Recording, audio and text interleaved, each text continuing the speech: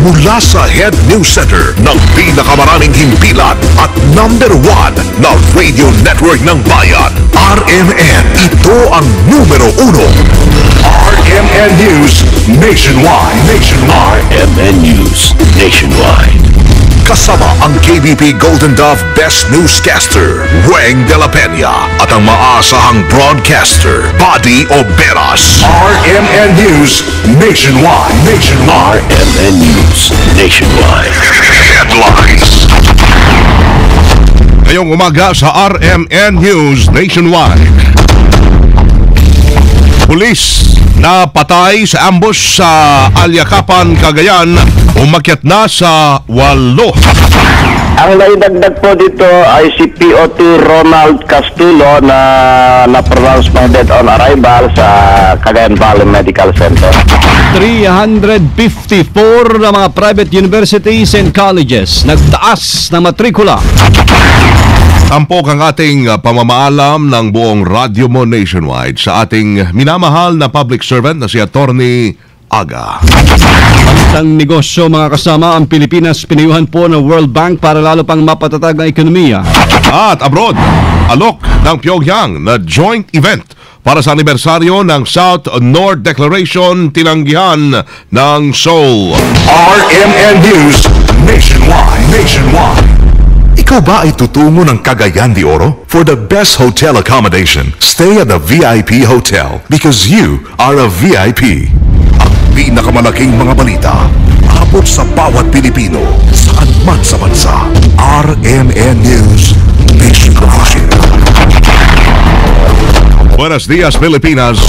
Umaga na ho ng Martes ngayon, Mayo 28, 2013. Ito ang numero 1 ng RMN News Nationwide. Ako si Weng de la Peña. Mabuhay Pilipinas, ako si Buddy Oberas. Tayo po ay live na live sa DXIC 711 RMN Iligan, DYHB 747 RMN Bacolod, DYME 783 RMN Masbate, at DYRI 774 RMN Iloilo. Live international via www.rmnnews.com at WRMN New York, USA. At syempre sa lahat ng ating mga numero 1 AM radio stations sa buong bayan. Umakyat daw sa 8 ang namatay sa naganap na engkwentro sa pagitan ng mga pulis at New People's Army sa bayan ng Alyakapan, Cagayan.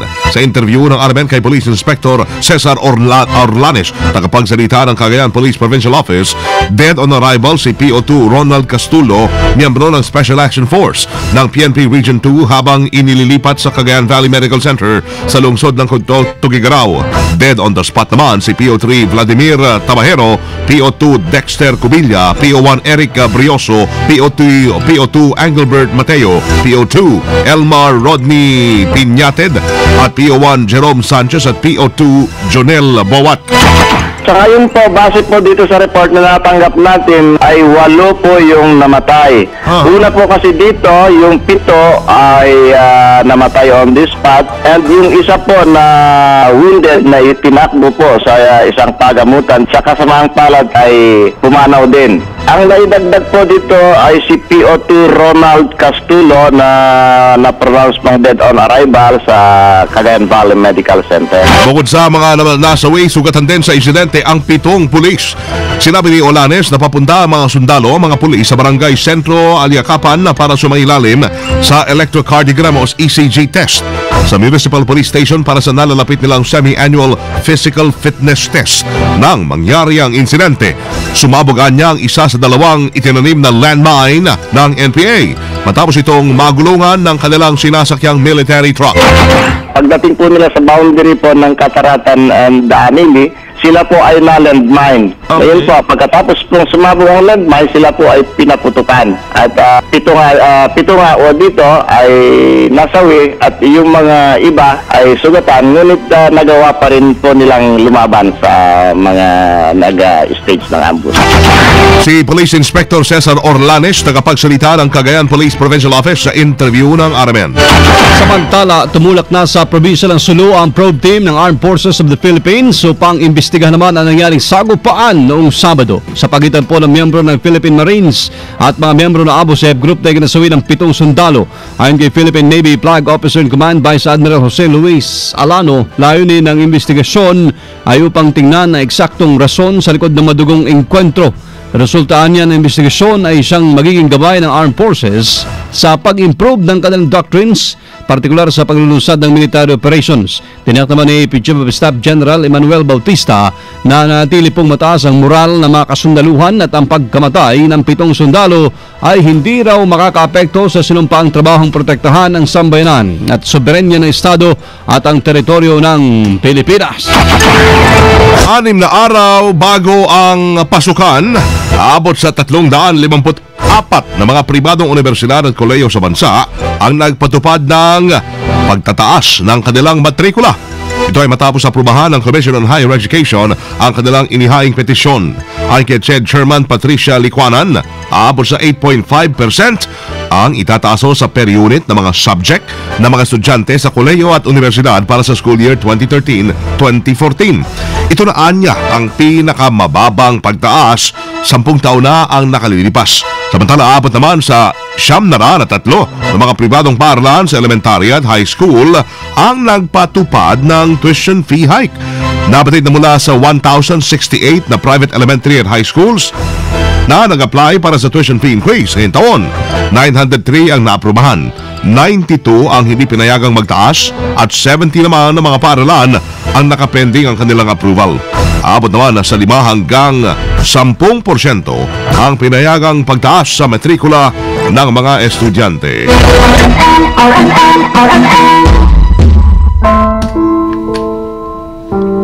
Sa bahaging ito, itatampok natin ang isang special report. Pamamalam ho ng buong RMN sa ating kasama, sa isang tunay na public servant, si Attorney Antonio Arellano o Attorney Aga.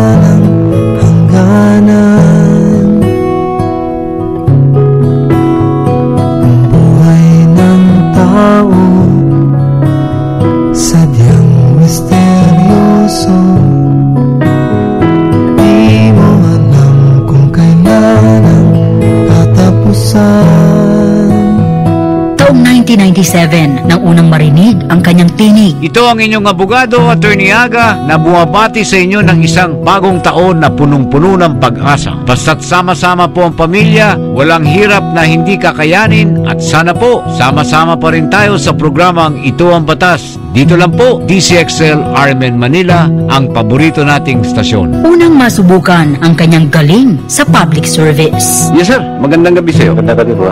Yung pagsasampa po nila ng quality 5 po, Problema po yan. Meron na po ba kayong Pau Lawyer? yun nga po sir, wala pa po. O sige, bukas sa umaga punta ka sa akin para mabigyan na kita agad ng sulat. Ang tinig at galing na ito'y tumagal at nakasama ng publiko sa loob ng 16 na taon sa Himpapawid. Idol, magandang hapon sa'yo. Bakit ka nagpunta dito?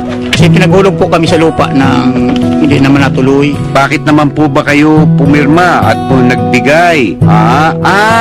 Ang may pakana nito yung Urban Poor Affairs Office sa Las Piñas. Opo. Tapos hindi po natuloy. Abay, kung tinakbo yung pera ninyo, krimen po yan. Tatandaan nyo po, no? 14 na taon na po ako, hindi po ako tumatanggap ng original, ano? Hahawakan nyo po ito. Babalik ko po sa inyo to. Ha? Bay, susulatan po natin. Kung agency po bay, kailangan sulatan natin. Hindi, magreklamo na po tayo sa dole. Si Attorney Antonio Arellano o Attorney Aga sa kanyang mga kaibigan ay nagsilbi sa kanyang mga tagapakinig ng walang pag-aalinlangan. Hindi ibalik sa yung pera. Yun nga po ang point ko sir kasi Hindi, pumunta ka sa akin. Akong bahala. Tutulungan kita dito. pinabalik-balik nila ako dyan. Opo, ako po. Ako po ang bahala sa inyo. Ako po magiging abogado niyong personal dito, ha? Walang katumbas na halaga na kinakailangan.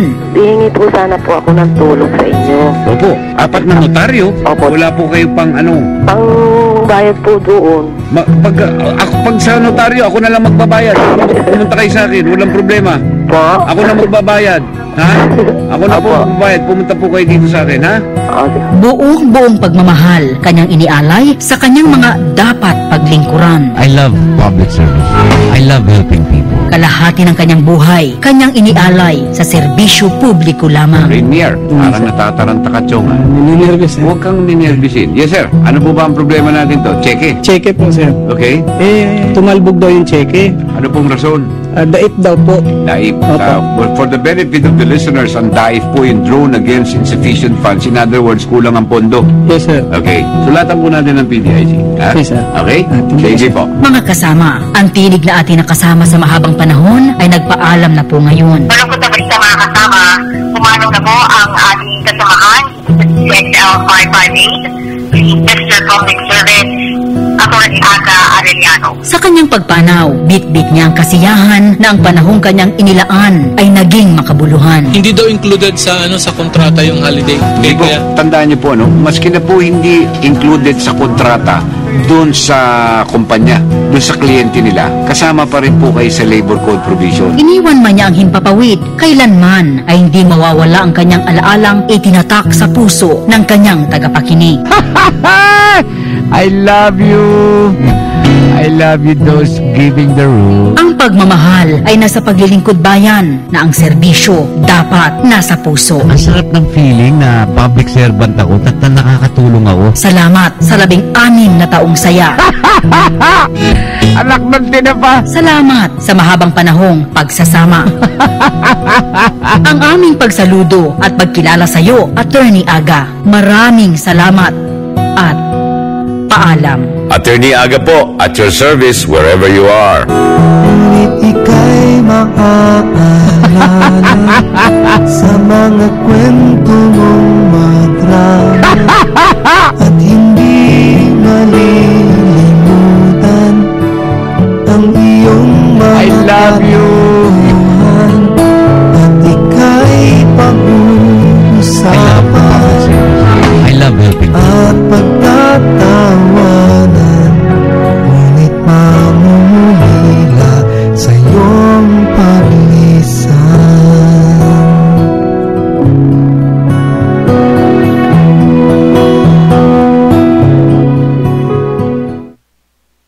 Ang ating pamamaalam sa isang taong napakahalaga sa maraming tao. Naging malaki ho yung naiambag na tulong sa ating mga mamamayan na nangangailangan.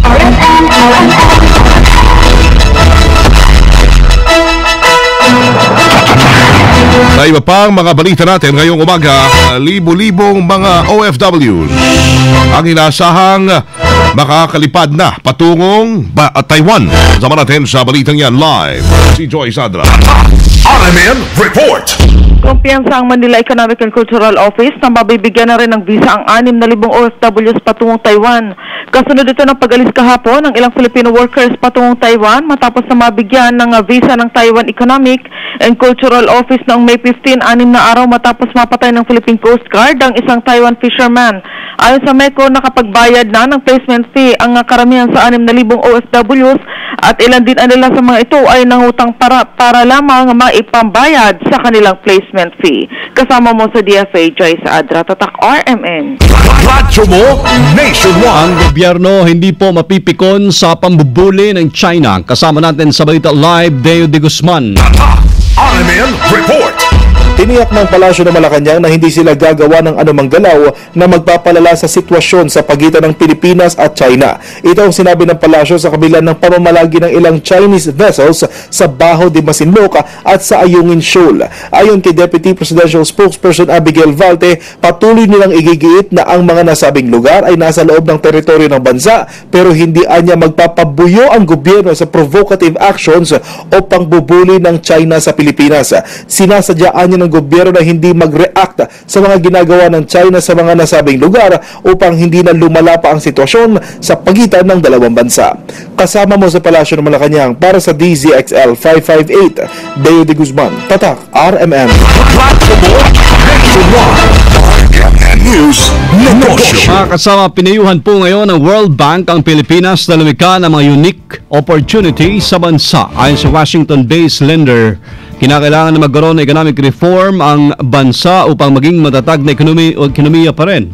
Binigyan din po ng World Bank na sa pamagitan nito ay magkakaroon ng maraming trabaho sa Pilipinas at mababawasan ang kahirapan. Sa ngayon, ang medium-term prospects ng Pilipinas ay maganda para mapanatili ang 6.2% at 6.4% ng growth forecast para sa taong 2013 at 2014. Pinayuhan din ng World Bank ang gobyerno na bilisan ang pagpapatupad ng comprehensive public finance reforms na makakahikayat sa mga mamumuhunan pa sa Pilipinas. RMN News Abroad. Sa South Korea, tinanggihan ng Seoul ang alok ng Pyongyang na magkaroon ng joint event para gunitain ang ika-13 anibersaryo ng South-North Joint Declaration sa susunod na buwan. Ayon sa South Korean Ministry of Unification, huwag na sanang guluhin pa ng Pyongyang ang Seoul sa pamamagitan ng pagpapatawag ng joint gathering kasama yung mga pribadong institusyon sa Timog Korea na wala naman hong daw otoridad para resolbahin ang tensyon sa pagitan ng dalawang bansa. Malamig din ang North Korea sa pahiwatig ng Pyongyang na nakahanda itong bumalik sa six-party nuclear talks. Ayon kay South Korean Foreign Minister Yoon Byung-se, dapat munang ipakita ng Hilagang Korea na sincero itong bumalik sa negosasyon. Sa ngayon ay hindi pa nakita sa Pyongyang na handa ito sa denuclearization. At mga kasama live pa rin mula ho dito sa RMN News Center sa Makati City, Metro Manila, Philippines. Inyo pong narinig ang numero 1 RMN News nationwide. Sa mga taga Iloilo, susunod na dyan sila kasamang Noby Guaso at Tregan Arlos sa RMN News Diretso Balitang Iloilo sa numero 1 DYRI 774. Sa talang ng panahon ikaw Panoorin ho yung naging pagbabalita namin ngayong alas 7 ng umaga. Sa YouTube mga kasama, i-type lamang po ang RMN News Nationwide. Kasama nyo mga kasama sa serbisyo publiko. Ako si Weng de la Peña. Ako si Buddy Oberas. Dito pa rin ho sa tahanan na may pinakamaraming number 1 na pinagmulan rin ho ng isang napakasipag at mahal nating si Atty. Aga. Paalam. At maraming salamat sa mga alaala. Maraming salamat sa kung sa English pa yun na friendship, di ba? Pagkakaibigan. Tapat na samahan. Yan. Mamimiss ka namin, Atty. Aga. And hasta la vista. Somewhere. O yung tugtog niya pag papaalam na siya. Papaalam na. Sa programa po dati. Sa programang, ito ang batas. Sa mga nakikinig sa kanya dati sa Naga, sa iba't ibang parte ho, na nakabroadcast yung panghapong programa niya. Ang pakikiramay rin natin sa mga pamilya, mga naulila ni Atty. Aga. Ito pa rin ho, syempre, sa pinakamaraming himpilan sa 2013, ang RMN Radio Mo Nationwide. 60 years ng maasahang public service nationwide.